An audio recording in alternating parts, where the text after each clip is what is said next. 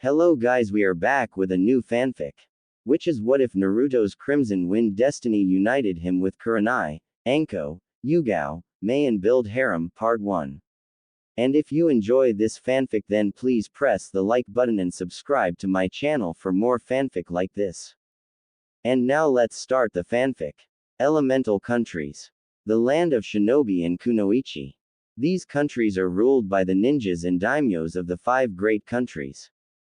Hai no Kuni or Land of Fire said to be the strongest of the 5 and winner of all 3 great ninja wars. Led by the Hokage or Fire Shadow who resides within Konohagakure, village hidden in the leaves. Kaminari no Kuni or Land of Lightning is led by the Raikage or Lightning Shadow, ruled from Kumogakure, village hidden in the clouds. Kase no Kuni or Land of Wind led by the Kazekage and ruled from Sunagakure, village hidden in the sand. Mizu no Kuni or Land of Water led by the Mizukage and ruled from Kurigakure, village hidden in the mist. Finally, Tsuchi no Kuni or Land of Earth led by the Tsuchikage and ruled from Iwagakure, village hidden in the stone. Each of these are complemented by their own daimyos. Konohagakure is seen as the most peaceful of the villages despite its bloody past. The Sandaime Hokage was an old man nearing his second retirement. He fought in 2 of the 3 ninja wars and came out of them named, the Professor, for his ingenuity and knowledge of ninjutsu. His predecessor and successor the Yondaime Hokage gave his life to defeat the greatest enemy Konoha had ever faced. The Yondaime was hailed as one of the strongest shinobi to ever grace the elemental countries. He was nicknamed Yellow Flash, for the telltale yellow light of his signature move the Hiraishin. He gave his life to stop the Kyuubi no Kitsune. The Kyuubi was destruction incarnate. It would level cities and mountains with single swipes of its tails. This brings us to the start of the life of Naruto Uzumaki, the Jinchuriki of the Kyuubi. Time skip. 7 years later. October 10th. Konoha is enjoying great weather. The sun is shining with some clouds to provide cover for the lovers resting in the parks. Merchants are covering the streets with merchandise they have acquired to sell. Overall, a very pretty day for everyone except one boy, though he is only 7 years old. Naruto Uzumaki is scrounging in the garbage cans behind the Akamichi barbecue restaurant. He stands at a mere 3 feet despite his age. He wears rags with hints of what appears to have been an orange jumpsuit. His dirty hair looks almost black with the filth he has been forced to live in. His face is adorned with 6 whisker marks, 3 on each cheek, which would give him a cute look should any woman look twice in his direction. Underneath his rags the sight of a malnourished and underfed body can be seen along with numerous scars. The thing that would capture any traveler, for any native would not look long at this boy. The very sight of this boy's eyes can cause the soaring of a person's soul or the flinching of a person's heart. When the boy is happy, his bright blue eyes would bring joy to all who would care to look. When he is sad, the people would flinch away from the hurt, the sorrow, the loneliness reflected within the boy's eyes. Naruto always scrounges around here on his birthday because they have the best food in town. He thinks of it as treating himself on his most miserable day of the year. He giggled when he thought of his treat. Most other stores would run him off even if it was the trash cans, but the Akamichis would leave him alone most of the time. Naruto was hurrying through the food to eat so he could go to his hiding spot before night fell. For some reason, whenever night fell on his birthday, the mobs would come and look for Naruto to hurt him worse than they did every other month. During his birthday month he received beatings almost daily, whereas in other months it would be more like once every 1 to 2 weeks. This had happened since he was thrown out of the orphanage when he was 3 years old. So for 4 years he has been living on the streets. He has become quite attentive and very resourceful and has almost thrived, if one could thrive while living on the streets, but now he has to hurry. Naruto was wandering about in a section of the city he was not in often when he smelled something wonderful. That smells delicious, Naruto thought, so he walked around until he could determine the source of the smell. He came upon a ramen stand with a sign reading, Ichiraku's, and he immediately went to the trash cans to see if he could salvage anything.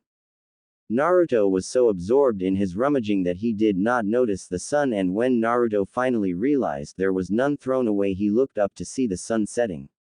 Oh!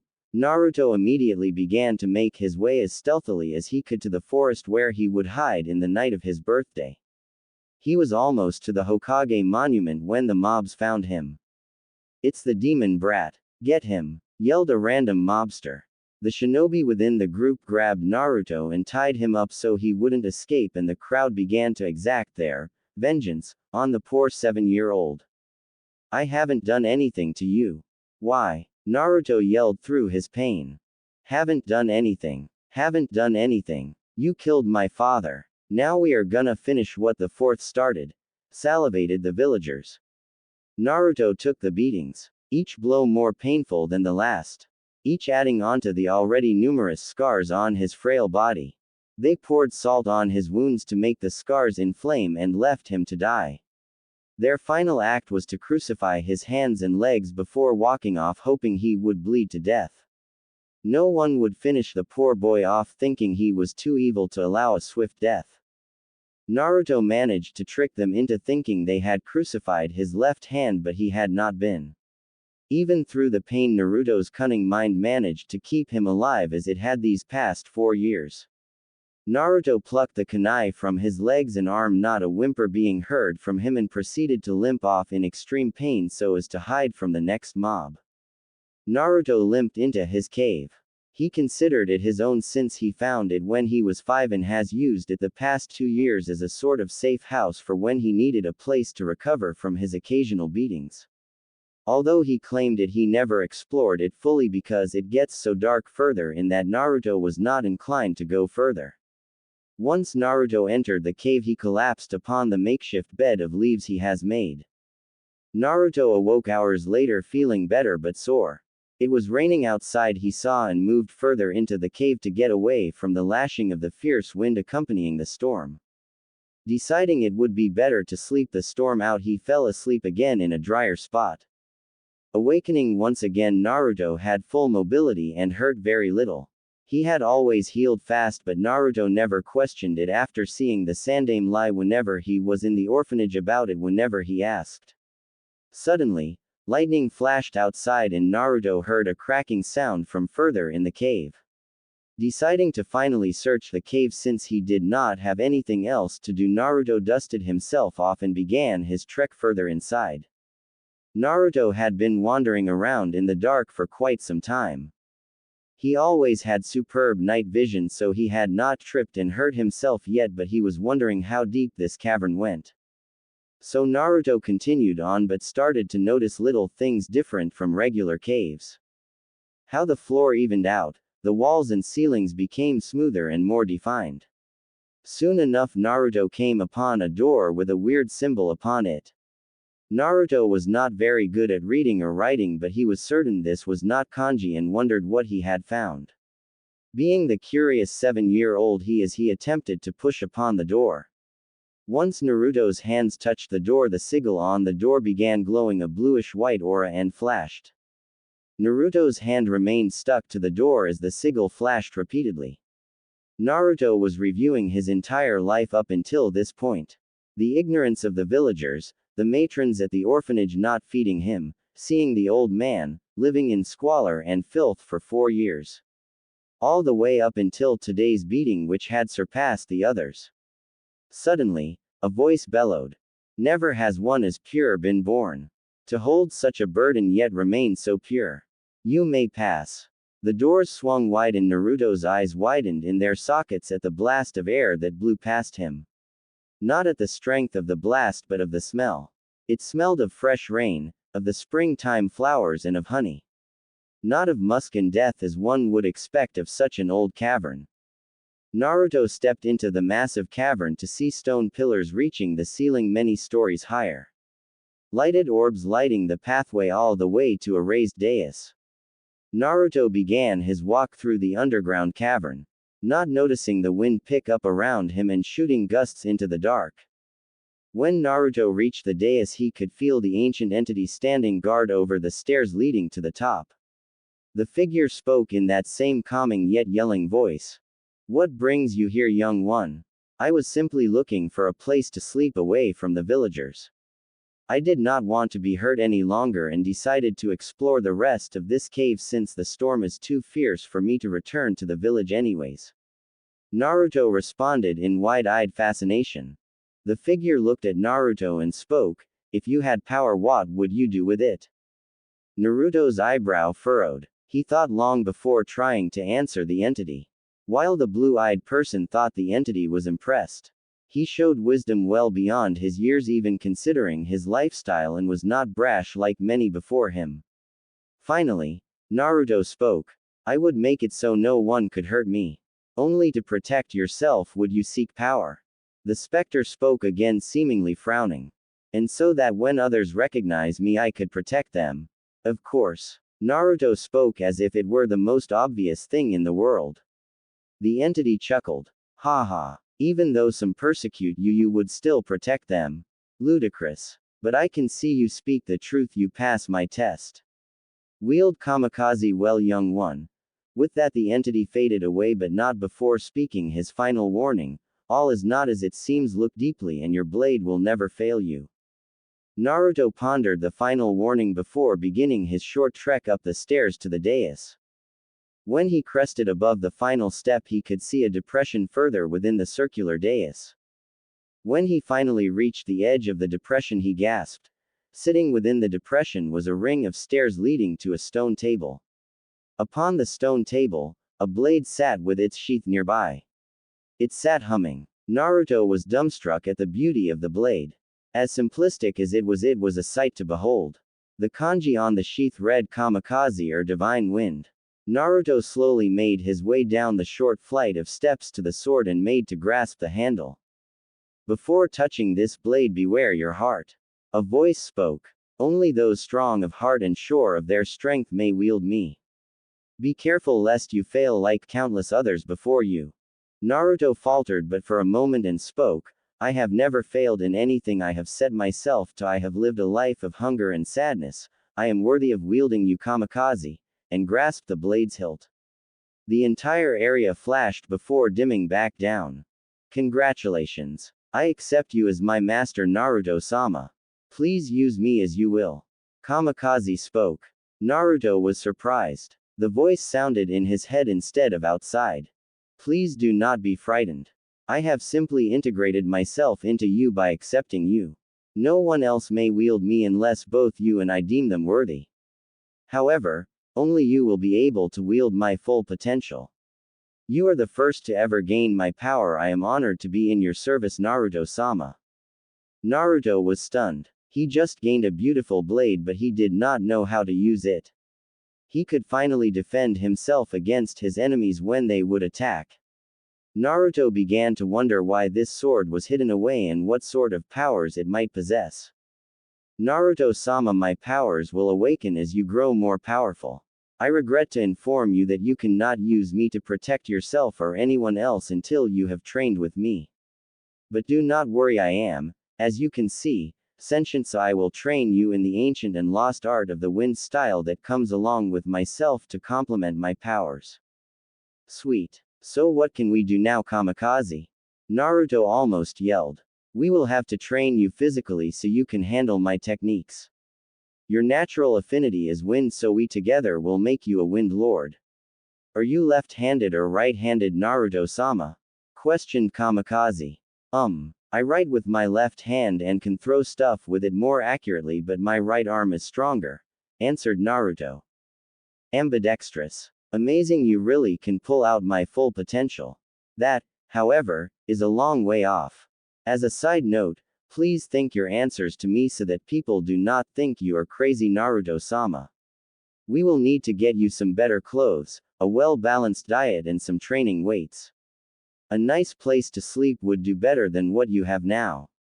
For now, let's see if we can't find that old man who was nice to you," stated Kamikaze. Time warp. Earlier that same day, Kurenai Yuahi, Chunin of Konoha, was returning from a horrible mission. She had been sent on a simple high C rank mission with another Chunin to transport a package from Kase no Kuni to Konoha. The trip to the sand village was uneventful. It wasn't until they were only a day away from Konoha on their return trip that things went to shit. First, the team had come across some bandits that decided Kurenai would be good fun and attempted to subdue them. They were no match for the Chunin's superior skills, but with their number they managed to wound her partner. She managed to dress the wound and keep her companion from dying, but then a missing nin from Iowa, which still had a high grudge from their last war, decided that two weakened Chunin would be easy pickings and engaged them in combat. The missing nin managed to kill Kurenai's teammate and assumed it was easy street to subdue Kurenai. However, Kurenai is known as the Genjutsu mistress of Konoha even at her young age of 14. She was the foremost Genjutsu expert and would not be taken down easily. She defeated the, as she later found out, B-ranked nin and sealed his head into a sealing scroll. Deciding that she needed to rest before continuing her journey, Kurenai found a secure place to sleep and fell into a sleep full of the nightmares of Kunoichi being captured. Luck was not on Kurenai's side, however. She woke up 1 hour later tired and cranky from an unrestful sleep and hearing voices of bandits near her. Knowing she was weakened from all her fighting, she waited until she saw an opening to the treetops. Once she had a clear shot, she took off in the treetops running from the bandits. Unfortunately, one of the bandits saw her and the group of 3 genins started chasing her. In her tired state, Kurenai only got to the outskirts of the forests of Konoha before her chakra gave out and she was forced to the floor and running on adrenaline. The genin quickly caught her, and after a brief taijutsu fight, in which Kurenai broke one of the genin's noses, the genins had captured Kurenai and were getting ready to enjoy their spoils. One of the genin said, "So the Genjutsu mistress of Konoha, what a ice queen indeed, look at those eyes. I have never seen anything like it." Indeed, Kurenai's eyes were a curious shade. Red eyes marked her with her flowing black hair that reached to her mid-back and budding C-cup which would only get fuller. Following her dress of bandages down to her toned and legs that seemed to go on forever. Kurenai was one of the most sought-after women within the village, however she had turned down advances for the exact reason that she is about to be raped for. They only wanted her body. Kurenai thought, shit, of course I have to come across perverts left and right today. This is the 3rd time for Kami's sake. Can't there be any decent men left in the world? If you're gonna do it, just get it over with. Kurenai then spat in the genin's face. All of the genins gained a malicious smirk on their face. Don't worry, you're gonna enjoy this by the time we are done. I doubt it, retorted Kurenai. Shit, to think I lose my virginity to these assholes then I die. And with that the genin began their advance. Naruto was walking out in the forest after having taken an alternate route when finding his original way blocked. He had kamikaze slung over his back because it was currently too big to be tied to his waist. Naruto was heading north to Konoha when he began hearing strange grunting noises. Naruto-sama, I suggest we see what is going on over there and quickly. Kamikaze stated, knowing what those sounds probably meant. Marking how urgently Kamikaze said it, he drew Kamikaze slowly so as not to make too much noise and gripped it tightly before moving forward. After walking a few steps the noises became louder and then he heard a loud feminine scream. Immediately, rushing forward, he pushed aside a part of a bush to look into the clearing ahead but not be seen himself and was shocked at what he saw. There in the clearing was one of the most beautiful women he had ever seen. Being manhandled by 3 butt men. They were in the process of ripping her clothes off. He saw the fear in her eyes and immediately knew if he did not do something he was going to regret it. So he started to formulate a plan when Kamikaze spoke up. Naruto-sama, I can help you take out these vile beings if you allow, but this will drain me and I will not be able to do it again for some time. Do you wish to do it? Asked Kamikaze. Naruto replied without any hesitation, do your thing, Kamikaze. If I cannot help her, then how can I help myself? Kamikaze hummed in response and told Naruto, indeed you are the correct wielder for me. You know nothing of the other person yet you are willing to sacrifice your power for her. Astounding. I shall grant your wish. She will be saved. With that being said, Naruto's eyes changed. Naruto's blue eyes changed to a menacing red with slits for pupils. However, these slits were not normal, they were in the form of an curve similar to an S but not quite. Instantly Naruto's vision improved and Naruto could feel his body moving more fluidly than he ever thought possible. Naruto charged into the clearing right as the genin managed to grab the rest of Kurenai's dress off. They were stunned that this little kid moved on them. Before they could blink, Naruto had the one who was stroking himself in preparation castrated and decapitated. While his head fell off, the other two genins took their stances and one yelled, "You little twerp. You killed our friend. We are gonna beat you dead." And with that they charged.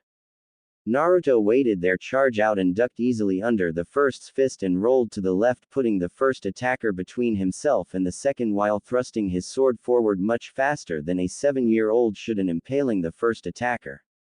As the first slumped down, the second was contemplating what kind of monster Naruto must be to move like that while being so young. Kurenai was shocked. She could not believe this young boy had come out of nowhere and managed to kill not one but two genins and has almost saved her from being raped by them.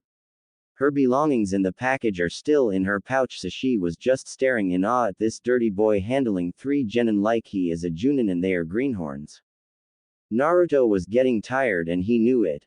Moving at speeds his body shouldn't be able to and using as much energy as he had on his malnourished body took a toll on him. He knew that he needed kamikaze to finish soon so he didn't pass out. The third genin was just trying to figure out how to beat this kid. He eventually decided that a long-range attack was best against a sword user, so backed up and started doing hand signs as fast as he could to activate his jutsu.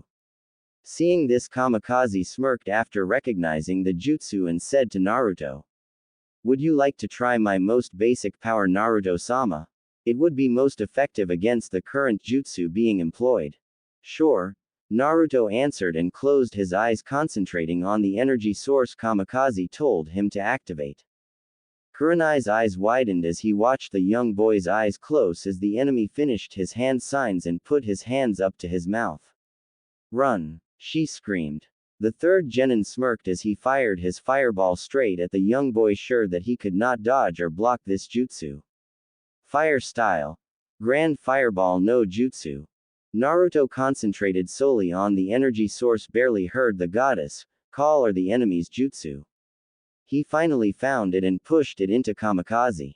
Kamikaze smirked, if such a thing was possible, and said, "Release the energy, Naruto-sama, and call out your attack." "Benny," Naruto said as the fireball bared down on him, and the goddess stared in shock as Naruto's eyes snapped open and a red aura surrounded him. K's. The genin's smirk faded as he watched the red aura gather around the raised blade of the boy, and with a single downward swing of the blade he sent a crescent of red energy through the fireball and straight at him. With his surprise, he was too slow to move out of the way and was sliced clean in two. Kurenai, seeing the threat terminated, stared at the smiling boy holding his sword and had to ask herself, maybe there is hope for men after all. Still, where did he come from and where did he get such a powerful blade? She could feel herself giving out. The stress of almost being raped 3 times in the long run were taking a toll, and now that the adrenaline was leaving, she could feel herself falling asleep. "Hey, are you alright, Megami-chan?" Kurenai blushed at the nickname given her by this young boy who saved her life and virtue. "Hey, you're a Konoha ninja, do you need help getting back?"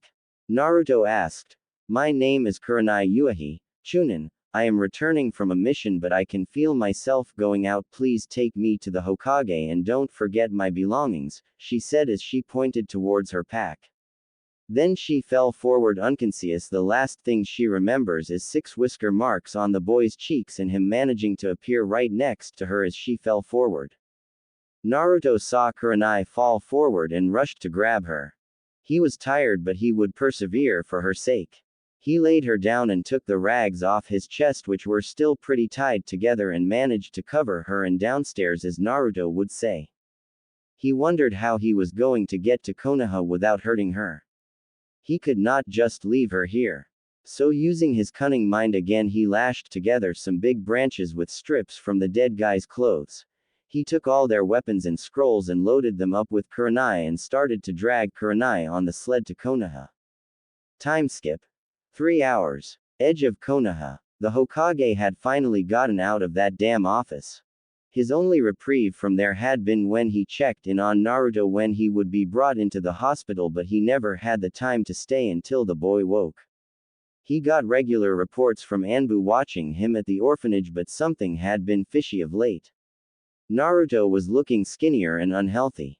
He was considering getting Naruto an apartment to live by himself while he was enrolled within the Ninja Academy. The Hokage sighed. Ever since that damn law 4 years ago in which the Hokage had 3 times the paperwork, he has not been able to keep as close an eye on Naruto. Yes, the reports do say he has been doing okay, but that is only from reports, no actual interaction. He finally got that damn law revoked, and he would be damned if he let Naruto be by himself any longer. He was walking around the edge of the forest to calm his nerves when he heard a rustling in the bushes. Hiding his kunai under his robe, he waited while watching the bush. Waiting. Out from the bush came a boy around Naruto's age with black hair and blue eyes. Wait a moment.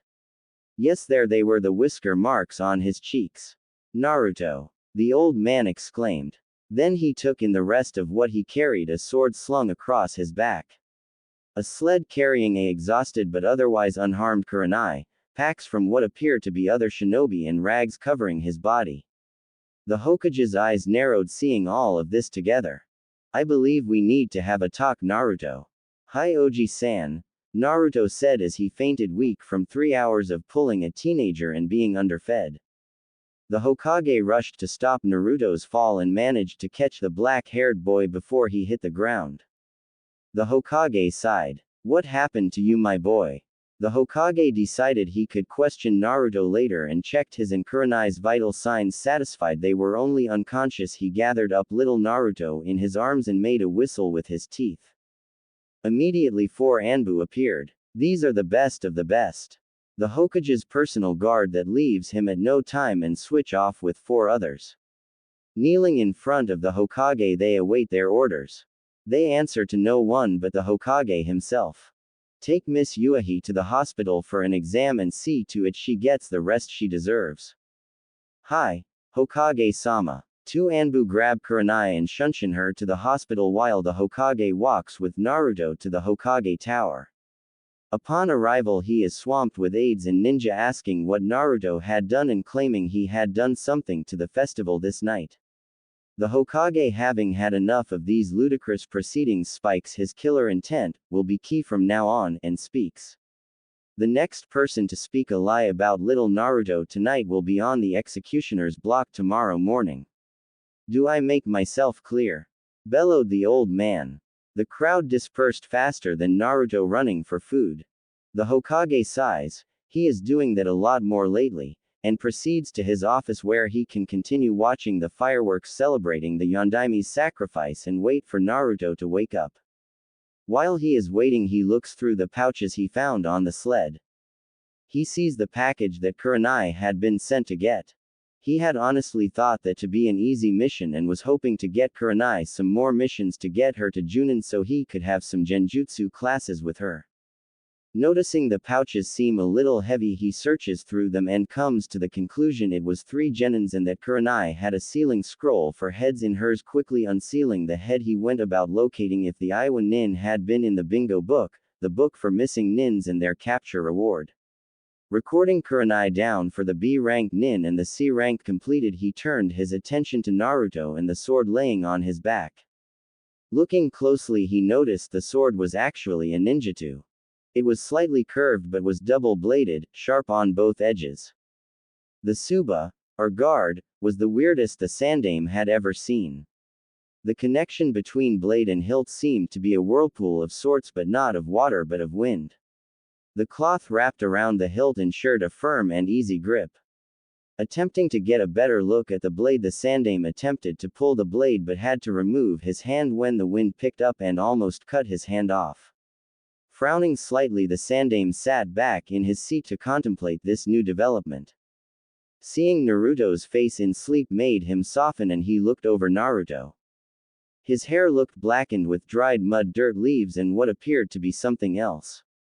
His arms and legs sported numerous scars and scratches, no doubt from his trek within the woods. However, it was his chest area that made the sandame seethe and start to radiate ki. You could see Naruto's ribs, each were clear as day.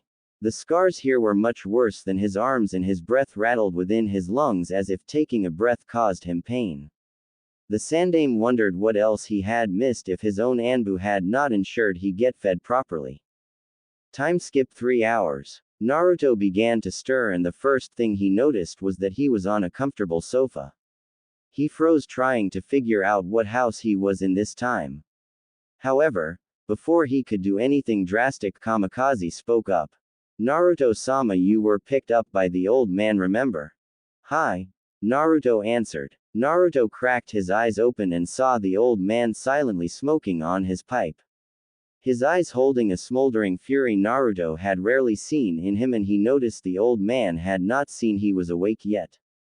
Naruto sat up and put his biggest smile on and looked at the old man. He hadn't changed a bit in 4 years. Hello, Ji-san. The sandame chuckled, seeing nothing could keep the poor boy down, and favored him with a small smile. Hello, Naruto-kun. Ji-san, where is Kurenai-chan? Naruto questioned curiously. He was genuinely concerned for the young woman's life whom he had saved. Kurenai-chan, is it? The Hokage thought. I had her taken to the hospital once you have arrived. You have been out for 3 hours, Naruto. I need you to be serious and tell me what happened. Should I tell him that you can talk, Kamikaze? Naruto thought to the sword. Perhaps it would be best to keep me out of this conversation. Tell him you found the sword within the cave, but do not tell of your trials. No one else will be allowed in, so there is no harm done. Answered Kamikaze. Giving a mental nod, Naruto turned to the sandame and began his tale. 1 hour later, then I saw Kurenai-chan collapse, and I made the sled and dragged her all the way home. The sandame was gobsmacked. This boy took out 3 genin with this new sword, which only he seemed capable of wielding, but was obviously not a Kyuubi trick, for its power was bluish white, not red, and wind, not fire. Not only that, he had been beaten today and shrugged off such severe wounds in hours. Yes, the sandame was speechless for about 5 minutes afterwards and decided he would have to talk to Kurenai to get her version. Well, Naruto, we should get you to the orphanage. Even though you are so late, they should still have your bed for you. Naruto, his head to the left a little bit with a confused expression on his face. Oji-san, I have not been to the orphanage for almost 4 of my birthdays now, stated Naruto with a serious expression. Once again, the sandame was speechless. Naruto had not been in the orphanage for 4 years. Where had all those orphanage reports come from then? The Anbu only really made reports when they found him beaten so badly they took him to the hospital, otherwise they ignored him. The sandame knew this, but figured with the matrons Naruto would be fine for first aid and a place to live. Naruto, where do you live right now? How do you get food? Dreading the answer. Oji-san, I have a nice corner of an alley about 3 blocks from the wall and a cardboard box that keeps the rain out. As for food, the restaurants and all groceries kicked me out, so I scrounge around the dumpsters when I get hungry, and on my birthdays I manage to get some barbecue from the big people's trash can. Naruto explained. A single tear fell from the Hokage's eye as he heard of the horrible life his adopted grandson had been living. He should have been in a loving, caring environment. Instead, the council and villagers, even some of his own shinobi, had ruined his childhood. Steel came to the Hokage's eyes as he contemplated what he would do in the coming days. His will of fire rekindled at the injustice of Naruto. He was going to ensure Naruto got what he deserved. The Hokage turned to Naruto and said, Naruto, is there anything you want? Naruto thought for a moment, and after conversing again with Kamikaze, he stated, some money for food and clothes and some training weights so I could train to be a ninja. A place to sleep would be nice too, Oji-san. The Hokage blinked, then blinked again, and his eyes softened. Very well, Naruto, I will have a new apartment set up for you. You will get a monthly stipend from me every first Tuesday of the month. Come see me and I will give you money. In a few days we will go buy you food and groceries for the new apartment. Until then I want you to stay with me while I take care of things. Okay. Naruto thought for 1 second, then nodded his agreement and spoke, one last thing, Oji-san. Anything else, Naruto? The Hokage asked. Yes, please do not tell Kurenai-chan who saved her. Inform her that it was a random swordsman who simply wanted to help. Naruto said. The Hokage's eyes widened at the request and at the thought-out excuse and then narrowed. Why? The Hokage asked. Naruto responded. I see how the villagers and shinobi look at me. I know not why they hate me so, but a beautiful woman such as Kurenai does not need to have such hate thrown on her for simply trying to thank the one who saved her. I do not need her thanks and I do not want her pity. Please tell her this excuse for me so she may go on with her life and not have to be lumped with me. Another tear fell from the Hokage's eye yet again at the maturity shown by the blonde in the past few hours. Alright Naruto-kun, I agree, the Hokage sighed with a heavy heart. Let's get you to a hot spring to clean you up, then we can go to bed. Nay. It took 2 hours of scrubbing to get Naruto's hair back to its golden blonde color, and Naruto managed to clean his wounds. After crawling into the first bed in 4 years, Naruto fell into the most peaceful rest of his entire life. Safe under the Sandame's watchful eye. Time skip. Next morning, Kurenai woke within the hospital. What happened? I feel horrible. As she began reviewing her memories, she recalled the horrible mission and became depressed for allowing her comrade's death, but then came upon the awkward young boy who had saved her. What was that weird weapon he carried with him? That strong, ferocious aura that exuded from him as he was enraged from those bastards' actions. She wondered where he went. He was an interesting person and he obviously got her home. Finally, she shot up wondering where he might be. Seeing her heart rate increase and all the beeping on the machines went crazy, Kurenai managed to calm herself down so as not to have doctors rushing to her. She relaxed as a nurse came in and decided to get some information. What time is it and when did I get here? Questioned Kurenai.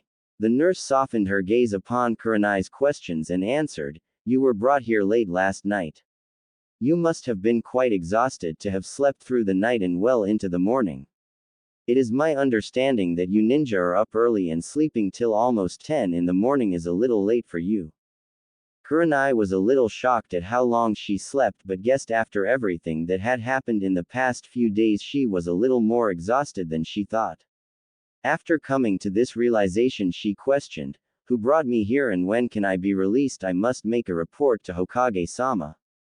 The nurse expressed some surprise at the first question and answered. You were brought here by the Hokage's personal guard Anbu and you should be able to check out around lunchtime once the doctors have cleared you. You weren't really hurt, just a few scratches and some chakra depletion. Satisfied with the answer, Kurenai laid back to wait for the doctors to release her. 2 hours later, Kurenai was on her way to the Hokage Tower to deliver her report and inquire as to where her savior had run off to. She felt a need to at the very least thank him and find out his name. After a short time of talking to the secretary, she presented herself before her commander and saluted him. Noticing the room surrounding her, she noticed the 4 pictures of the previous and current Hokages as well as the sofa with accompanying table for drinks or leisure. The big wooden desk with its back to the most impressive view of the village besides the top of the Hokage monument. The Hokage watched as Kurenai went through the motions of greeting him as according to their stations. He was curious what her story would reveal. Hello Kurenai, how are you feeling after such a rough night? Kurenai answered, I am fine Hokage-sama. Thank you for your concern. Should I start my report now? With a simple wave of his hand the Hokage motioned for her to continue. About 40 minutes later, then I introduced myself to the young man and asked him to please get me to you and that I was going to pass out. Now here I am. Do you by any chance know where the young boy is so I can thank him for his efforts? The Hokage's eyes flashed sorrowfully before responding, He was a wandering swordsman who left town this morning saying that he expected no thanks for saving such a woman as you. Saying that rapists are the lowest of the low and that the only worse beings are child beaters. Kurenai was stunned and it showed on her face for a full 5 seconds before she regained her sense and stopped her thoughts. She was sure the boy would want something in return, but he just helped out of what appeared to be the kindness of his heart. He then left before even seeing if she would do anything. She felt a pang of sadness at not being able to thank the boy. Then she started to think about him and became suspicious. There couldn't be that many swordsmen with whisker marks on their cheeks, and she resolved to find this boy and find out more about him. The Hokage, sensing the direction of Kurenai's thoughts, said, "He asked that you not seek him out, to thank him and simply to move on with your life and try to forget such a traumatic experience. He did check on you before he left the village and wished you well in your life." Kurenai hid her shock this time well, but still had steel in her red eyes as she replied, "Very well, Hokage-sama, thank you for relaying his message." The Hokage nodded as he continued on his work. "Kurenai, the missing nin you brought in was a B-ranked nin, and you will be compensated for the mission as well as the nin because your swordsman brought the package along with you." Kurenai responded, "Thank you, Hokage-sama. If that is it, I must be going. I have a prior engagement that I hope I can still make." With a final wave of his hand and a dismissed, Kurenai left the Hokage's office. "Was that good enough?" Sarutobi asked. "Hi, Oji-san. She will not recognize me when we go get my new clothes and with my hair clean." "Arigato," Naruto answered as he moved out from the secret room he had been hiding in when they were informed of Kurenai's approach. "I have one more appointment before we can go get your new outfit and apartment. Would you like to stay or would you like to go back in the room?" questioned Sarutobi. "I am going to sit on the sofa," Naruto answered and sat on the sofa swinging his little feet with his sword on his back, acting as the 7-year-old he really is.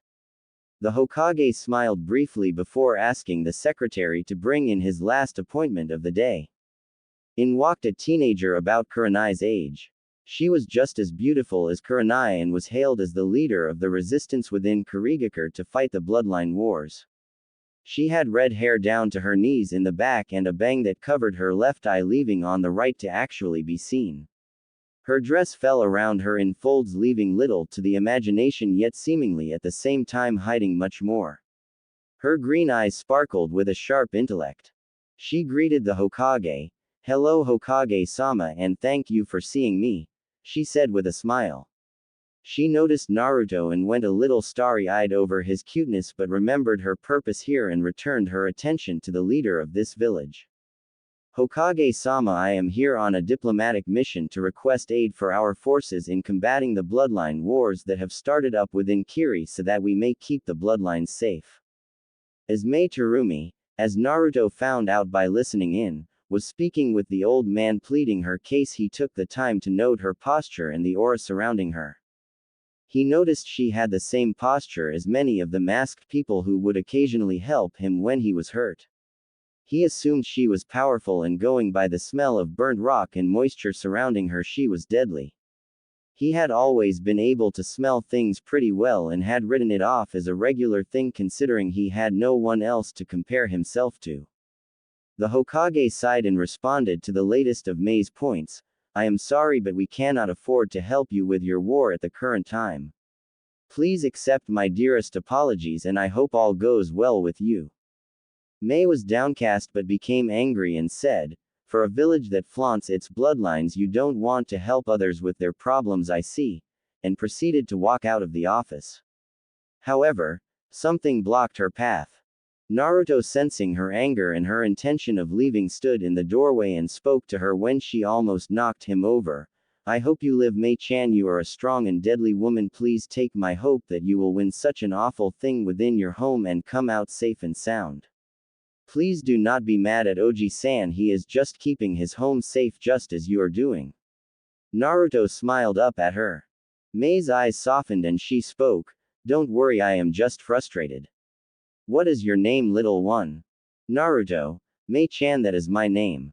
Mei chuckled at her newfound suffix and said, Well, Naruto-kun, live long and I hope to see you again as well. With that, Mei left the village. The Hokage smiled, seeing Naruto's unnatural skill to bring even the worst of enemies together at work. Come on, Naruto-kun, let us get you some new clothes and find out how much money is owed to you. The Hokage's eyes grew steel when he mentioned money.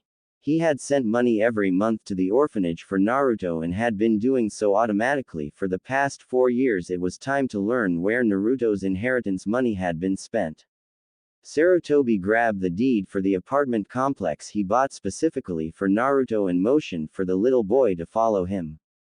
The Hokage took Naruto to a shinobi-only store to meet an old friend of his that he was sure would not discriminate against him for the burden Naruto carried. As they walked, they entered a shinobi-only district, which coincidentally is where Naruto's new apartment was located, so the Sandaime could have a closer eye on Naruto.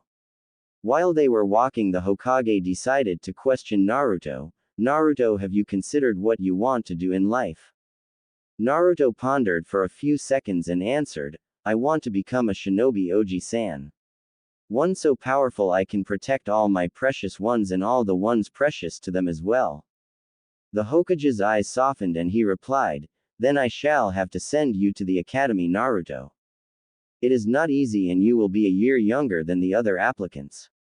We will be extending the curriculum a full year once this year starts as well, so you will not graduate until you are 12, Naruto. It is a hard life filled with misery and death.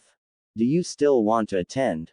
It hurt to be so brutally honest, but the Hokage had to be sure Naruto wanted this, because even though he could do many things should the council wish it, Naruto attending the academy could prove to be hard to negotiate.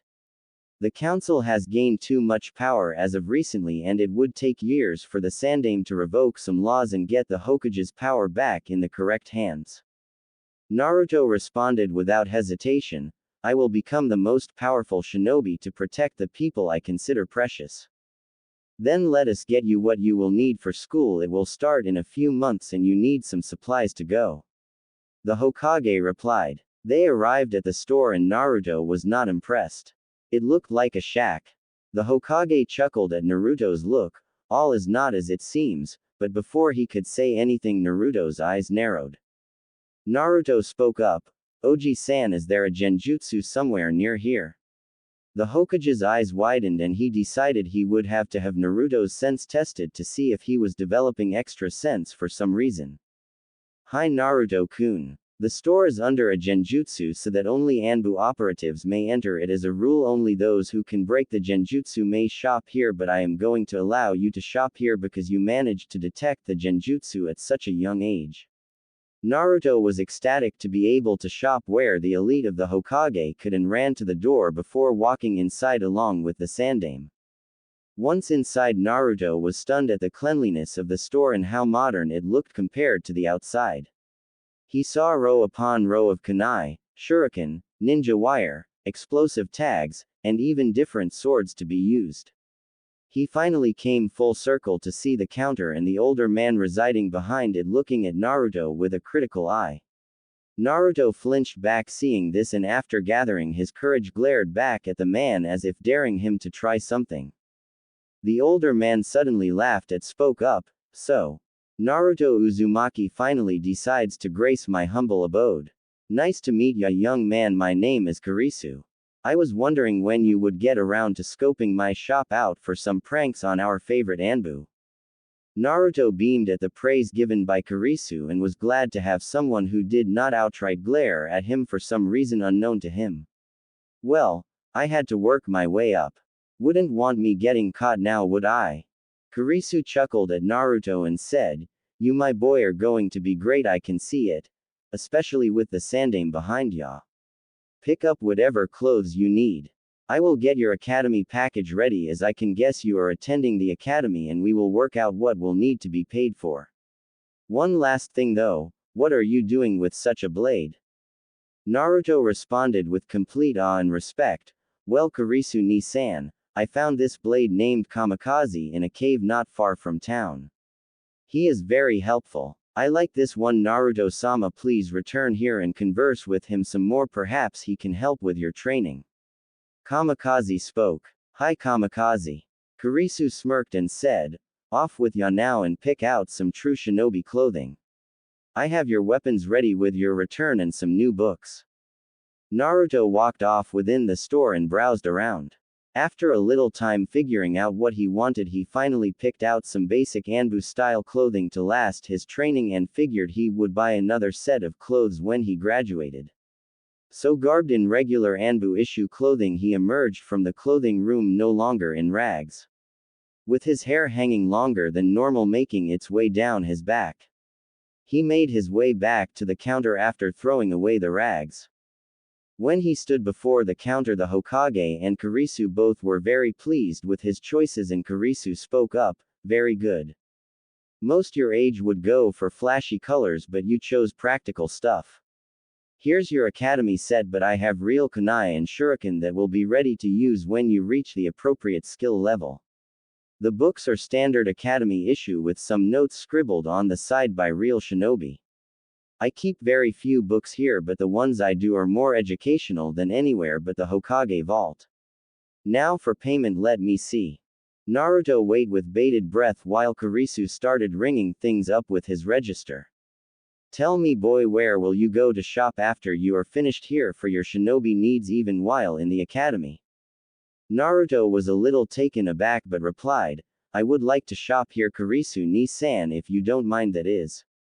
Kurisu pondered for a moment and said, "Then think of this as an investment. Should you shop here for the rest of your life, I will give you all this equipment and will only sell you the best equipment from now on. What say you, Naruto?" Naruto responded with tears in his eyes.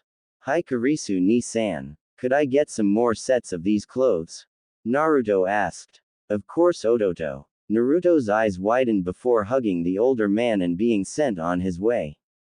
The Sandaime knew he had picked the right place to bring Naruto and knew that Kurisu would keep an eye on him.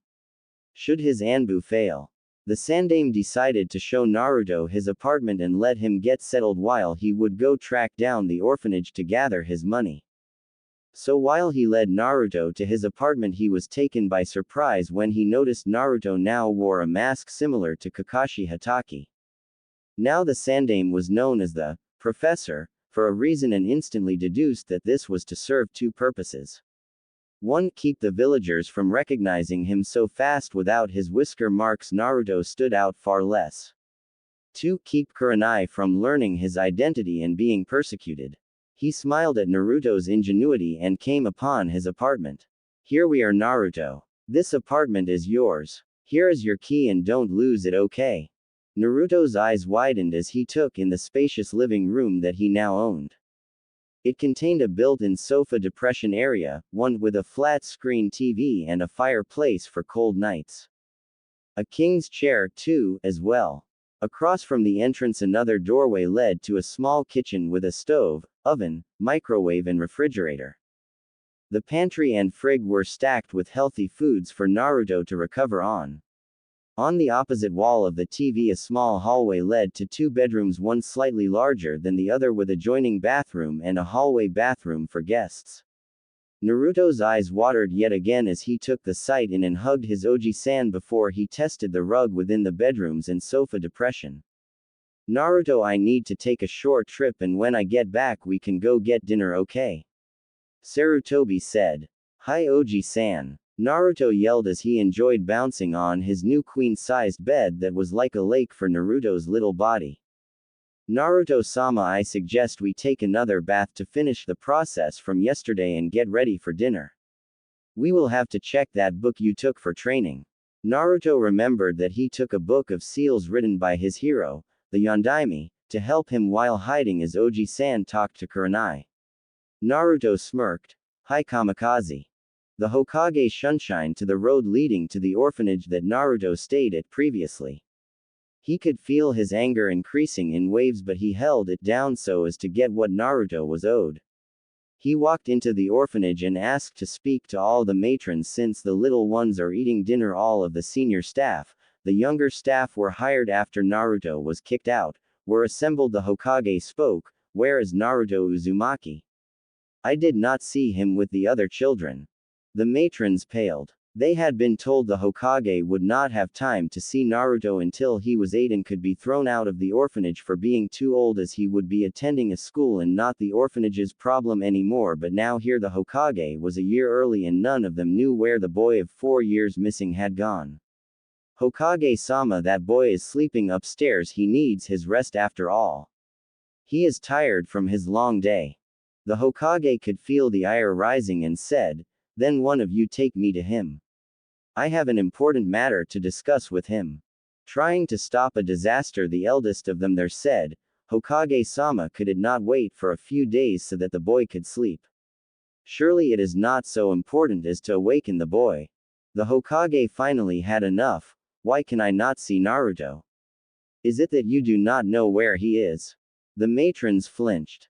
The Hokage spoke in a calm, deadly voice. "No, you know not where he is because none of you have seen him in 4 years, have you not? For 4 years you have neglected to tell me you have lost the boy I had placed in your care. 4 years you took his money without giving it to him and have used it to buy others things he would need to survive. You will find all of his money and return it to me by the end of the day. I do not care if you must sell your personal belongings or your bodies to accomplish this task. It will be done, or I will have you executed in the village square for child abuse. You owe me a total of 15,000 ryu, 3. You will have it by the time I return, or you will suffer the consequences. Do I make myself clear?" The matrons shivered at the key being exuded and simply nodded before rushing off to their bank accounts to scrounge up the money they had been stealing for 4 years. The Hokage shunshine to Naruto's apartment and, finding him cleaned up, took him to eat at the Akamichi restaurant Naruto had told him he treated himself to on his birthdays. Naruto ate as ravenously as he did the night before and was content. Returning Naruto to his home after having walked around the village for a few hours, he shunshined to the orphanage for his final act of the night. The matrons were waiting for him with the money in an envelope. He checked the money and said, "Very well, you will keep your lives." The collection let out a sigh and smiled, thinking that was the extent of their punishment. "However, you are all fired and will be sentenced to life in prison for no less than 15 years. Snapping his fingers, the matrons were all escorted away with looks of shock on their faces by Anbu. Sarutobi found the newer matrons and informed them of their promotions and shunshined to the bank to deposit the money in the account for Naruto. Having finished his reparations, the Hokage finally made his way to his bed and fell asleep. Across town, Kurenai was sitting in a bar with her fellow friends. Yugao Azuki, a Chunin Anbu with a heavy fascination for the sword arts or kenjutsu, and Anko Mitarashi, a Chunin, who was the ex-apprentice to the snake Sanin Orochimaru, hated for being associated with him and supposedly being a spy despite the way he left her. Kurenai had related the tale of her mission and was gauging her friends' reactions. Yugao was looking starry-eyed at the thought of such an attack that could cut through jutsu, and Anko was thinking of the boy who saved her. "So, what are you gonna do, Nai-chan?"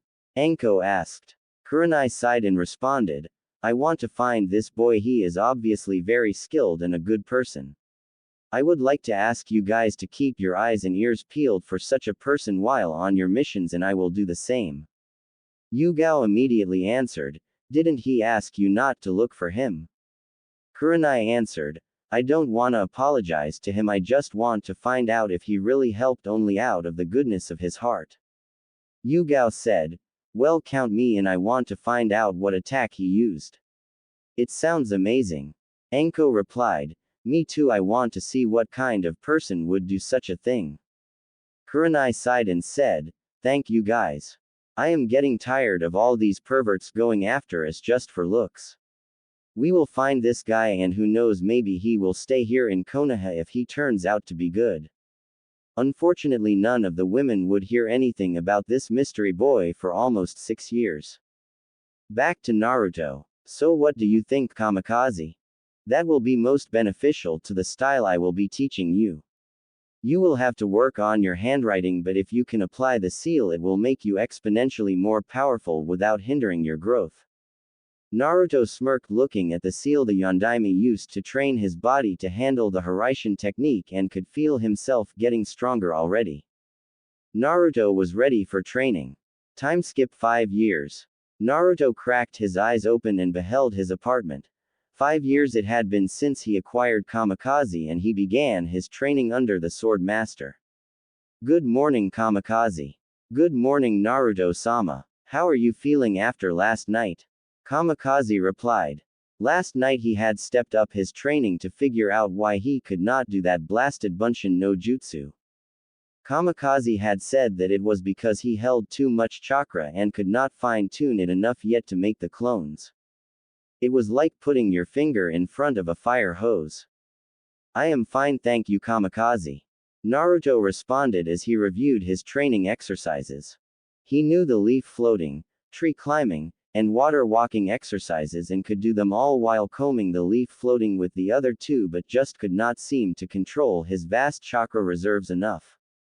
Deciding to ponder it later Naruto got up, stretched and made his way to the kitchen to eat breakfast before going out in the dark, since it was only 5 o'clock, and running his usual laps around Konoha before the populace gets up and sneers at him. He had used the same morning routine after getting settled within his new apartment. He would wake up each morning around 5 o'clock, do physical training, running, push-ups, sit-ups, and stretching while winding down. He had learned the exercises from Kurisu. Kamikaze had been right. Kurisu was a retired S-rank Anbu. He was feared in many small countries but kept a low profile so as not to attract attention. Kurisu gave him the control exercises stating that, with your chakra reserves you are going to need them. Naruto was a little surprised but accepted Kurisu's help yet again. He had bought all his clothes and supplies from Kurisu and was surprised when the Anbu just accepted that he was a fixture there. When one customer sneered at him, Kurisu threw him out and told him to inform the rest of the ANBU to stay away if they cannot act civil. Needless to say, because Kurisu's store was the best, rivaled only by the Higarashis, none of the Anbu complained and some actually came to like the blonde when he wasn't pranking. After training himself into the ground for about 5 hours, he would sit down and review some of the chakra theories and history taught in the academy until lunchtime around noon. He would eat lunch made by himself, after learning how to cook again from Kurisu, although Kurisu's foods would always be spicy. He would train with Kamikaze in the wind style. The style was not so much a style as it was a way of moving. Being one with the wind was the theme of the style. A few set stances, but it was a style meant to be flowing and erratic. You would react to your enemy's moves and expound upon the basic stances. It required a heavily agile body, unmatched reflexes and speed. Power was not necessary, but the training Naruto went through increased his strength to a respectable level for his age. Naruto's creative mind would, as Kamikaze put it, within battle cause a strategist to cream his pants with one glimpse of his thoughts. After training with Kamikaze, he would wind down with a look through the book of seals he had borrowed from the Hokage, whom had not seemed to notice the book was gone. The most ingenious seal that Naruto thought had ever been created, the resistance seal. The resistance seal, when applied correctly, would make it seem as if walking through air was as if walking through water. It would apply resistance opposite from the way you were moving to build up muscles and reflexes, making it the perfect seal to use for Naruto's styles. Naruto made sure not to overmake muscles so that he could remain agile and fast, not being weighed down by bulky muscles. The seal seemed to almost know this, and Naruto's body was streamlined like a runner. Not bulky but hard muscles lying underneath the skin. Recently he had realized he was probably the fastest person within the village when he removed the levels of his resistance seal. This seal surpassed the gravity seal because it did not weigh down on the body, thus it did not prevent growth, which Naruto had already been lacking. Naruto now stood at a proud 4 feet 10 inches, one of the tallest of his age group. Even within his current class he was taller than almost everyone else. In his class few had what it took to be ninja, and even of those only 3 stood out as actually making it. Tenten Higurashi, one of the only non-fangirls within the academy. She could hit a moving target from across the training field. It was easy to see she would become a weapons mistress. Naruto took an interest in her for her love of sharp pointy things, but she had never seen his sword. He was not allowed to bring it to school. Rock Lee, although being dead last, definitely had the guts and determination to be the taijutsu specialist he was training to become. Just looking at his hands proved his dedication. Finally, Rookie of the Year, or as Naruto called it, Stick Up Mai, Neji Hyuga, a claimed prodigy that was able to master the Gyuken. The Hyuga's fighting style. Naruto had stumbled across the modified caged bird seal that the Yondaime had been trying to make, and after gathering some materials started to expand upon it. Once he became a genin, he was rather sure it would only take a few months to make a seal that would allow that rift to be bridged. Naruto made his way to school for the genin test that he was to take today. It was finally the day he would be able to make genin and get further training in the ninja arts. Kurisu had given him some low-level jutsus to learn, but nothing with kick enough to do anything besides causing some minor discomfort to other shinobi. He had mastered many of the wind jutsus fast, just as Kamikaze said he would, and could not seem to get really anything above AD rank fire jutsu. Fire seemed to be out of his grasp, though wind and surprisingly lightning seemed rather fond of him. Unfortunately for him, both of those types of jutsus were in short supply in the land of fire, and he wound up with only 3 C-rank jutsus and nothing above it. Although 2 of the jutsu could be upgraded to AB rank if he pumped more chakra into them, though he wasted a lot of chakra doing so. Naruto arrived at the academy and took his normal seat as the rest of his class filed in. He ignored the opening speech from the teacher and took his test when it was handed to him. He scoffed at the questions they were asking. Honestly, could anyone really fail this test? Turning his test over and closing his eyes, he took a nap while waiting the 45 minutes for the test to end. After that, he went to the target practice and waited in line to be called up. He reached for his kunai and shuriken and flung them all one by one towards the targets, hitting the targets each time. Next, he went to the taijutsu sparring mats and stood in front of a chunin that scowled at him. Naruto smirked in his head, if only I could show my actual taijutsu. Yes, Naruto had come up with a bastardized version of the hummingbird style used by the Yondaime in conjunction with the Hiraishin. The book he stole seemed almost like a journal of Yondaime's. It had clues to the actual katas but not a comprehensible amount of data, so Naruto used what he could. His mind came up with a style based upon it, and it was as deadly as the hummingbird style, if he did say so himself. Although every time he would try to use it in his spars, the teachers would beat him and tell him that he was using the wrong style and make him use the academy style. So he gave up trying to use his own style and decided to hide it along with some of his other abilities. After all, deception is a ninja's best weapon, right? After losing to the chunin, who had not been holding back, he made his way to the ninjutsu portion of the test. Hoping that he would not have to do the clone jutsu, he walked in and saw a chunin with a large scar across his face. He recalled this was Iruka-sensei. He was a nice person who only disliked Naruto when he pranked, and not that seemingly blind hatred the rest of the village held. Okay Naruto, I need you to do the kawarimi, henge, and bunshin no jutsus. Crap. So much for not having to do the clone. Ah well, might as well give it a shot. Naruto had been able to do the clone jutsu once every 100 times or so and not come out with a totally dead clone, but one that could pass for a few seconds. He just had to hope he could pull it off this time. He did a sealess replacement and finished the henge beautifully. He concentrated his chakra and put as little as possible into it, and with a muttered, Bunshin no jutsu, the smoke revealed 2 dead-looking clones. Naruto hung his head and walked out of the door. I am sorry Naruto, but there is always next year, Iruka said as he left. Naruto left the academy seeing no reason now that he had failed and had to wait another year to try the test. He headed to the Hokage monument to think he was always calmest there. Naruto-sama, you mustn't let this get you down. There are other types of bunshin, are there not? Kamikaze questioned once he had arrived in his usual spot on the Yondaime's head. Hi Kamikaze. But I cannot gain access to the jutsu library because of the librarians.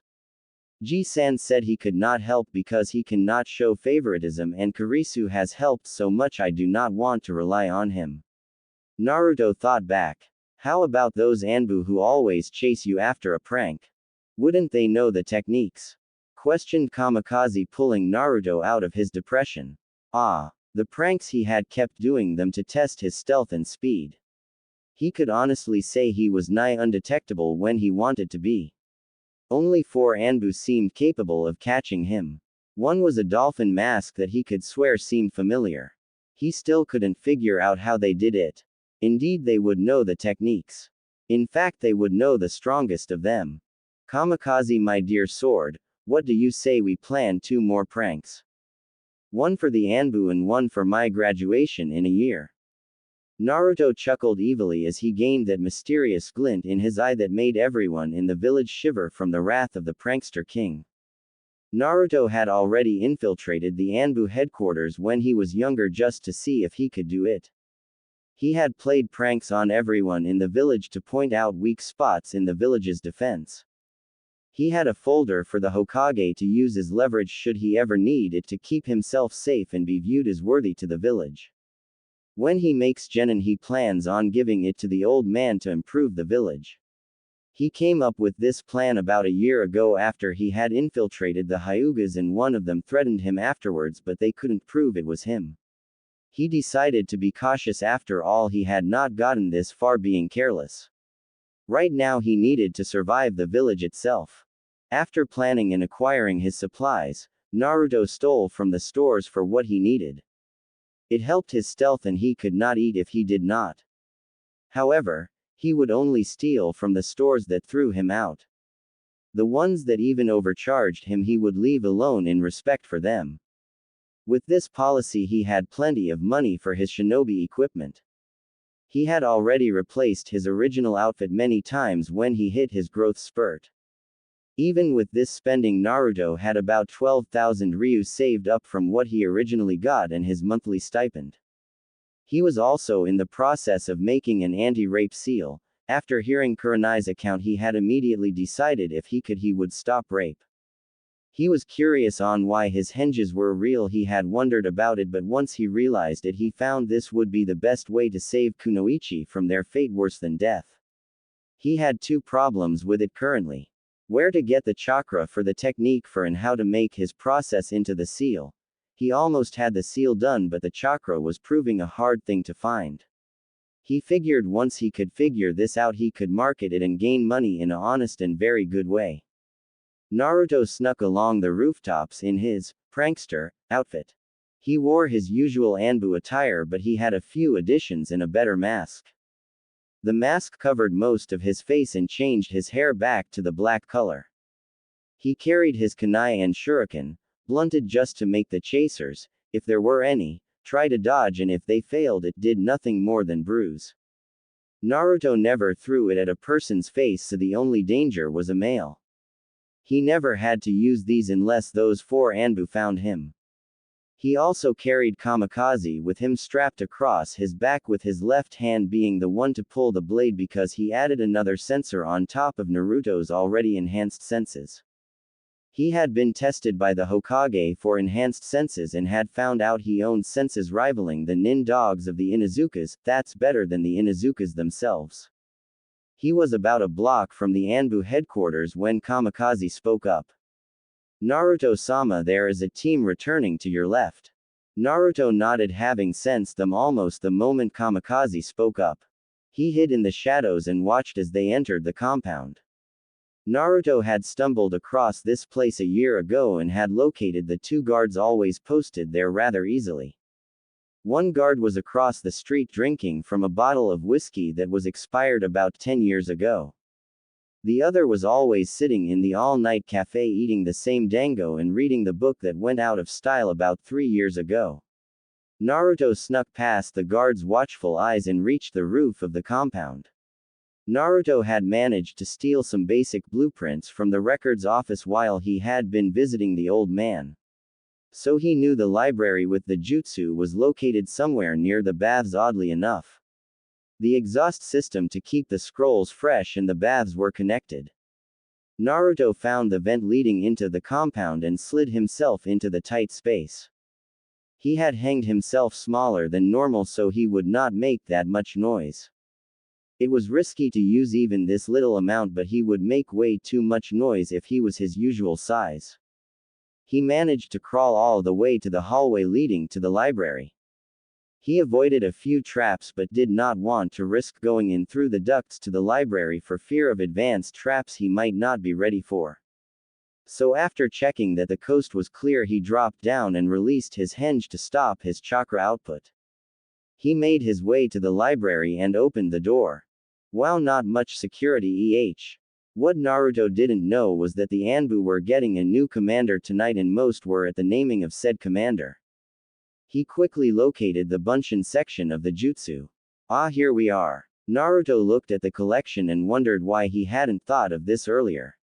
Quickly grabbing the last scroll titled Kage Bunshin no Jutsu, he copied it down with a jutsu he had learned from Kurisu.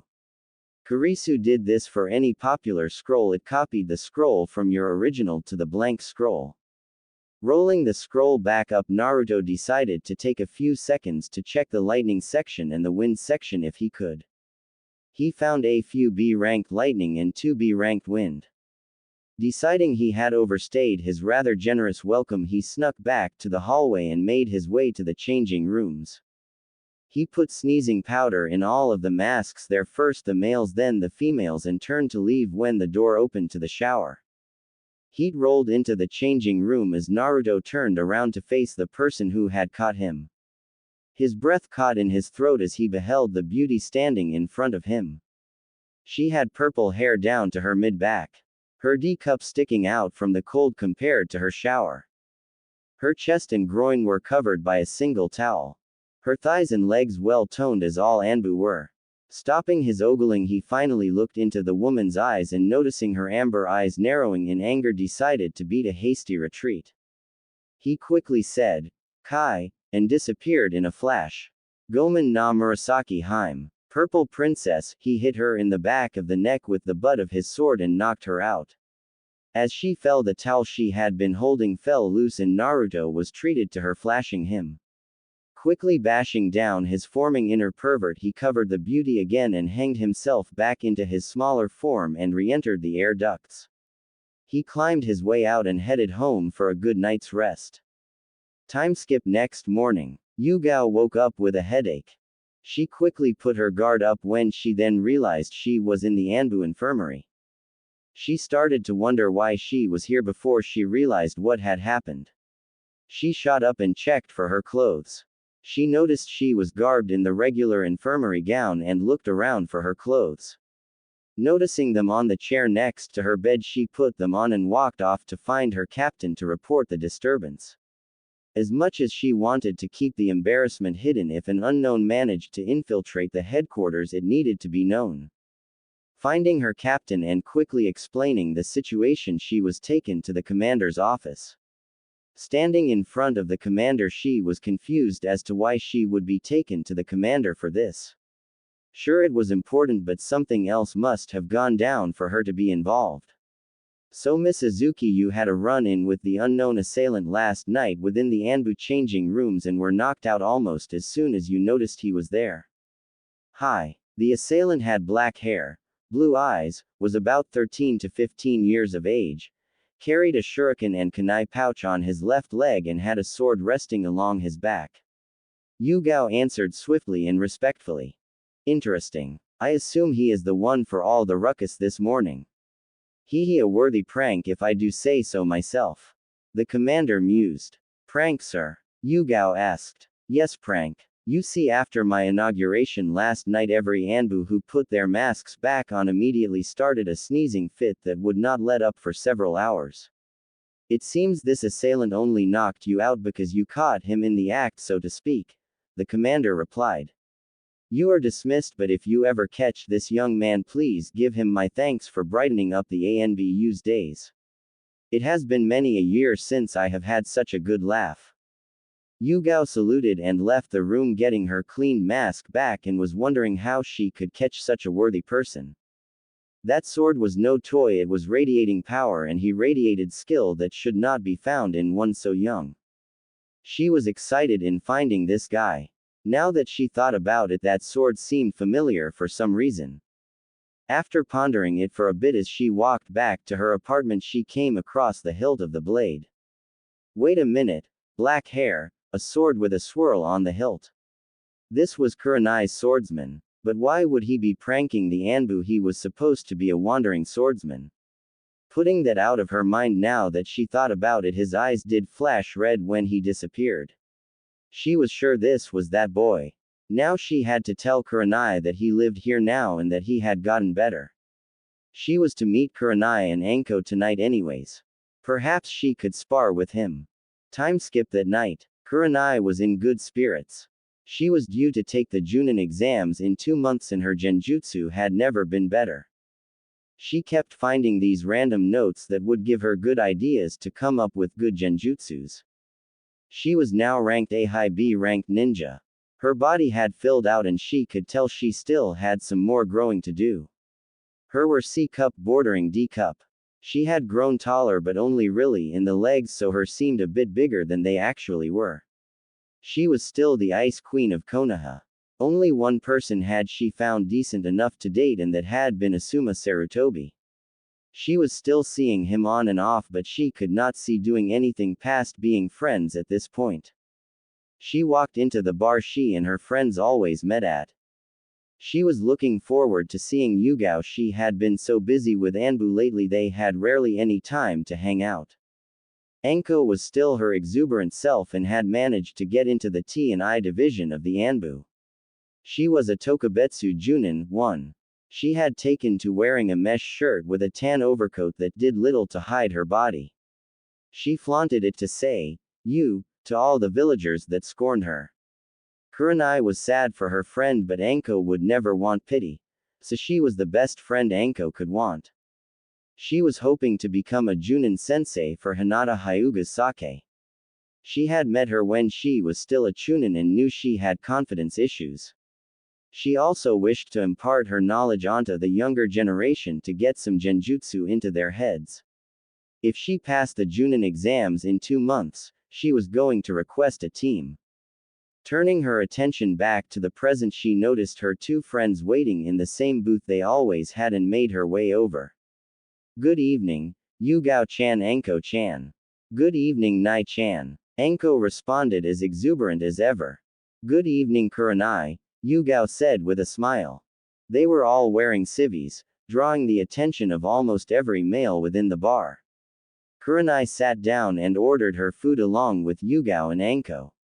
All ordered sake. Kurenai got some yakitori, Yugao some tempura, and Anko some dango. After their food had been delivered, they sipped their sake, making some small talk until Yugao spoke up. "I believe I have something that might interest you, Kurenai." Kurenai's eyebrow rose as a signal to show she was interested, and Yugao complied. "Last night I was taking a shower after returning from my most recent mission. I finished my shower and walked into the changing room. The rest of the Anbu were welcoming our new commander." Pausing to take a sip of sake, she saw she had their full attention and continued, "I opened the door and I see a boy about 13 to 15 years of age snooping around within the changing rooms. At this their visages go to hatred. They do not like perverts, as all women have a normal radar against them. I observed him for a second before he turned around. He had a sword strapped to his back with a swirl for the tsuba. This had Kurenai's full attention. He had black hair that fell to his mid-back, tied together to form a kind of mane. When he turned around, I caught a flash of his eyes that were blue." Kurenai's eyes fell. Another dead end. She had looked for years. She no longer looked actively but still occasionally asked around. As did her friends. However, upon noticing me, he said, "Kai," and his eyes flashed red before he disappeared and knocked me out. At this their eyes widened. The swordsman seemed to be back within Konoha. But what would he be doing within Anbu headquarters? Was he a pervert? Yugao saw their thought process and said, "I do not think he is a pervert." When I awoke this morning, I heard of a prank that had been played upon all the Anbu operatives, that all of them had sneezing powder put within their masks. At this, Kurenai's face turned to mirth and started to chuckle at Anko's face. She had been caught by the prank and swore whoever it was would pay. Yugao chuckled as well at her friend's face. So Kurenai, it seems your swordsman is no longer wandering. If you manage to find him, I would like a match. He came across as one with skills far beyond his years. Kurenai nodded and the night continued. Kurenai went to bed that night thinking of the noble boy who had rescued her so many years ago. Time skipped 2 weeks. Naruto had been trying to find some time to train in the last 2 weeks. He had always hidden his jutsu training from the old man. Deception. It hurt, but Naruto knew if something happened and he was alone, he would need people to either underestimate him or not have the correct information. In the past 2 weeks, the old man had been here almost daily, and if not him, Kurisu would stop by. He finally allayed their fears. He was depressed and assured them that he was going to graduate the next time. Finally. A day to myself. Now let's check out that Bunshin Jutsu. You know they only do it because they care. Kamikaze said. So Naruto unsealed the Kage Bunshin and began reading the jutsu. Kage Bunshin. A-ranked Kinjutsu. This jutsu was deemed forbidden by the Nadaime Hokage for the extensive use of chakra it uses. This clone takes half of the original's chakra and makes a solid clone that can fight in Rakan in place of the original. However, the clone is very fragile, requiring very little actual force to dispel, unlike the water or earth clones. Everything learned within the life of the clone is transmitted back to the original and all remaining chakra is returned. Then it listed the single hand sign need for the jutsu. Naruto was stunned. This was the perfect jutsu for him. He had extra reserves according to Chris and Kamikaze. This would also help on his control. He could study at the library at the same time. Amazing, the possibilities were endless. He quickly got to work on using the jutsu. About 4 hours later, at about 5 in the afternoon. I got it. Naruto shouted as he looked at his fully formed clone. Congratulations Naruto-sama, now we can definitely pass next year. Kamikaze stated. Naruto gave a mental nod and decided to train until sundown. He was in the forests behind the Hokage monument. No one ever came near here.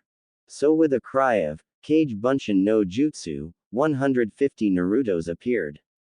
Okay, I want group 1 of 50 working on tree climbing while combining the leaf floating exercise. Group 2 of 50 working on water walking while combining with the leaf floating. Group 3 of 20 working with cutting those leaves for wind chakra. Group 4 of 20 work on lighting these light bulbs I had. Group 5 of 10 take Kamikaze 5 using your left hand, 5 using your right, give me stances, thrusts and slashes upward and downward. Muscle memory worked with the clones also. Naruto summoned 5 more clones. Henge into someone else and go red in the library. 1 take anatomy, we need to finish that seal. 1 find cookbooks. Another elemental theory. Another look up clan laws. Another read the most current laws to date. The 5 clones dispersed and Naruto began physical conditioning after upping his resistance seal to level 4. The Yondaime had been on level 8 when his body could handle the Hiraishin. With Naruto's hyper recovery, his body was fixing itself faster and thus his progress with the seal surpassed the Yondaime's. A few hours later, Naruto had decided to head in for the night with all of these clones training. He told them to dispel, and unfortunately for him, he had not specified to dispel themselves in groups and they all dispelled at once. Naruto was immediately knocked unconscious. Mindscape. Naruto opened his eyes to a sewer. The water was only about ankle level. There were 3 types of pipes along the walls. One was glowing bluish white, this was the smallest. The largest was reddish orange. Finally, one that was slightly larger than the bluish white glowed a healthy crimson with streaks of gold. Confused as to where he was, he spoke out. Hello, Naruto-sama. You are alright. Kamikaze responded. Naruto felt his back for his sword and felt him there as a comforting presence. Where are we, Kamikaze? Naruto asked. We are in your mind, Naruto-sama. I occupy a space within your mind as the wind free and flowing upon a meadow of grass stretching as far as the eye can see, but there is this corner of your mind that I dare not venture. There is an ancient entity that I cannot face without you. Kamikaze replied. Naruto was officially spooked already. If Kamikaze was unsure of himself, then this entity was powerful. Well, Naruto said, might as well find out what that seal on my stomach holds. Kamikaze. That's right, Naruto was almost a seal's master himself. He knew that the seal held something, but the only clue he had to go on was demon. He had his theories, but Naruto was never one to make wild guesses, so he kept it to himself and figured the old man would tell him when he thought he was ready. However, if he had made genin and not been told, Naruto might have demanded the answer. Naruto started his trek towards the ancient entity. As he continued, he noticed a heavy air. It swirled around with a maliciousness Naruto had not ever felt. The Ki was getting insufferable, yet Naruto went on and finally came to a room with no ceiling in sight and huge bars kept shut with what appeared to be a single piece of paper with the kanji for seal on it. So my container has finally decided to visit me after all these years. A malicious chuckle filled the air. Naruto asked, "Who are you?" "Who am I? Surely they have told you who you carry, worthless ninja." The voice bellowed, choking Naruto before he regained his senses. Without showing it, the Kyuubi was impressed. Not many could withstand its ki without debilitating consequences. "If I knew who you were, I would have called you your name. Do not insult me. It seems we are stuck together. Let us act civil for now until we can resolve whether we will be friends or not." Naruto responded. "Friends?" The Kyuubi scoffed. "Who would make friends with a demon?" Naruto flinched, memories from his childhood flashing before his eyes. "Peace, Naruto, I am here, I am your friend. A sentient sword and a powerful one at that, very impressive ninja." "Very well, Naruto Uzumaki, my name is the Demon Lord of the Foxes, the Kyuubi no Kitsune." Naruto nodded, his suspicions confirmed before asking, "Is there a reason for attacking my village? Need a demon a reason to cause death and destruction?" The Kyuubi said, a grin hanging on its lips as it revealed itself in all its glory, its 9 tails swinging wildly with its reddish-orange fur. "No. But I can see through your mask. I wore one for most of my life before making my few friends. Please tell me the real reason." Naruto said, immediately knowing a fake answer from a lie told to prevent pain. The Kyuubi's eyes narrowed. "Very good, ninja, but you have not earned the right to know of the truth. But I would ask a boon of you if you will. Put your hand upon the cage. I wish to see the life my pampered container has lived." Naruto's eyes narrowed. "Why would you think I led a pampered life?" The Kyuubi responded. "That was the last thing your Yondaime, I believe it was, said before he sealed me.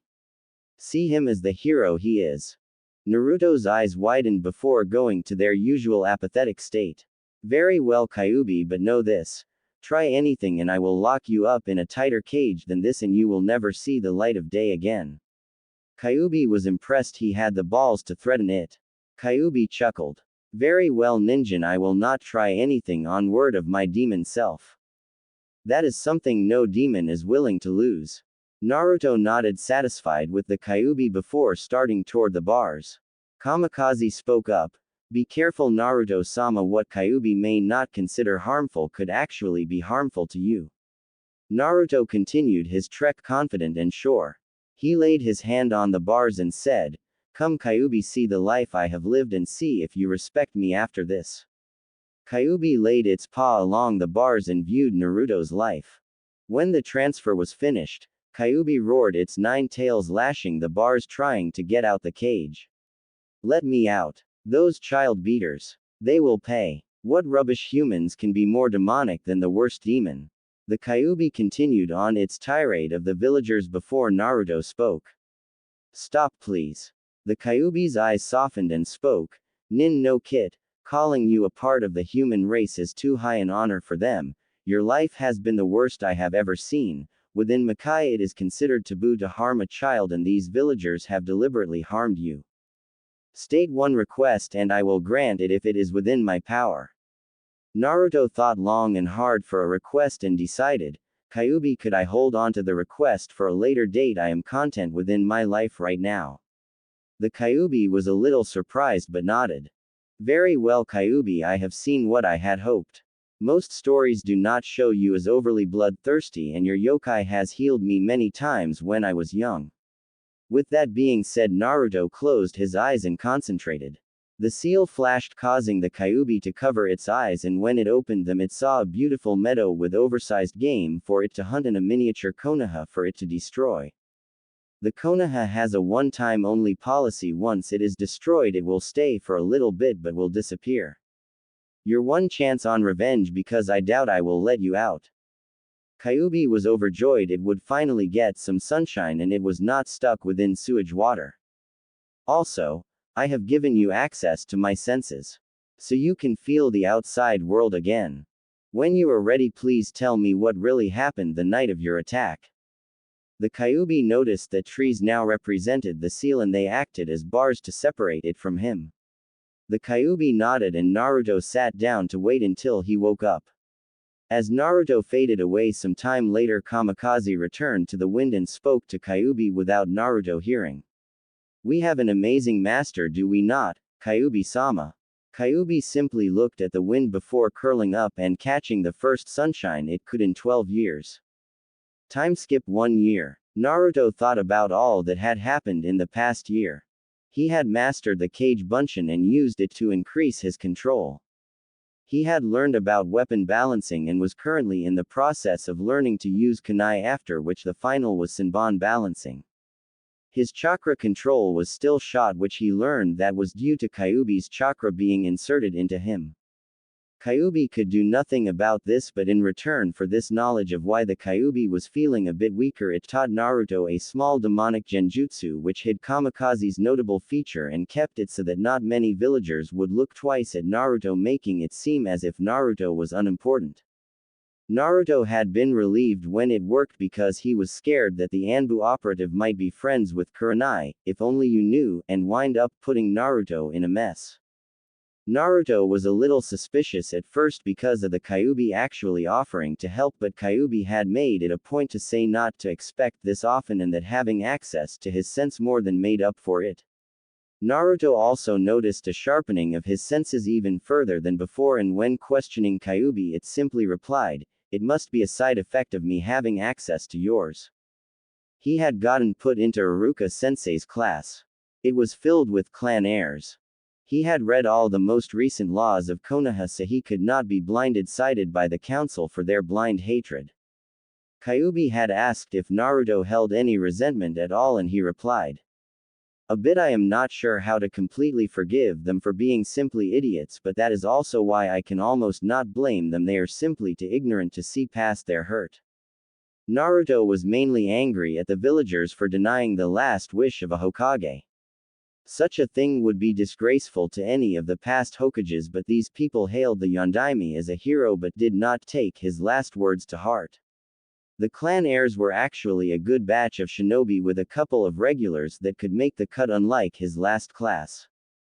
First was Choji Akamichi, the clan he had always scrounged his treats from. He found out later, he was a jovial soul who would always be seen with a bag of chips within his hands.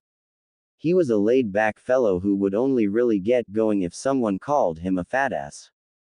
Next was Shikamaru Nara, the clan of geniuses. He was the epitome of lazy genius with an IQ over 200 and the only one within the class to have seen Naruto as something beyond dead last.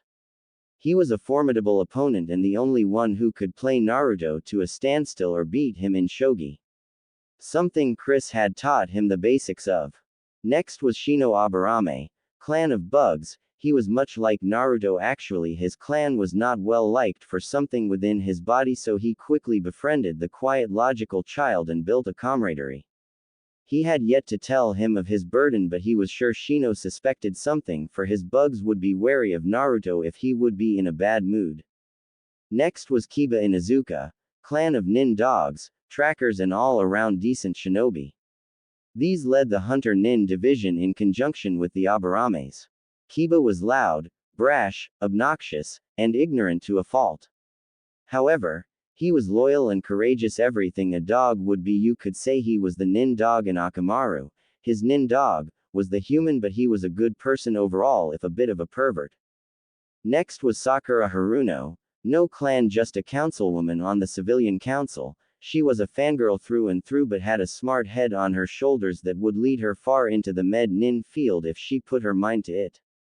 Naruto nicknamed her Howler Monkey. Whenever someone mentioned Sasuke, she would go off on how great he is. TCH fangirls. Another was Ino Yamanaka's clan of Mindwalkers, another fangirl, though not as bad as Sakura. She was nowhere near where she could be within her own training. Another was Hinata Hyuga, clan of nobility and Byakugan within Konoha. She was a weird one. She was shy, timid, and nice. Almost everything Hyugas are not, she was. She was the only one Naruto would not consider a fangirl, but she was nowhere near her actual level of strength because of her kindness and crush on himself. She had only known him a year, but Naruto knew if he was on her team he would have to break her heart so she could function properly. Finally, the emo king himself, the council's golden boy, Sasuke Uchiha, clan of the Sharingan. It allows the user to copy any ninjutsu, genjutsu, or taijutsu it sees and use it as your own. When Sasuke was 5, his older brother had murdered the rest of his family except him and left him as a self-acclaimed avenger. Naruto felt sorry for the boy for losing his family, but was pissed on how he ignored the adoration of his fangirls, expected everything to be handed to him on a silver platter, and was only gaining power to kill. All in all, Naruto did not like Sasuke Uchiha one bit. Iruka-sensei walked into class and after using his demon head no jutsu, got the class to quiet down. He passed out the written test and Naruto answered it as easily as he did the last year. Laying his paper face down, he drifted off to sleep as he saw Shikamaru doing the same. He woke up to Iruka's yelling and headed out to the target practice. He got in line for the practice and waited for his turn. When Sasuke's turn came up, he grabbed all of them with his hands, 5 shuriken in one and 5 kunai in the other, and flung them all at the same time. He hit every bullseye. Naruto, sure he was going to pass, walked up right during the applause, grabbed all of them with his hands and without looking at the targets flung them at the targets.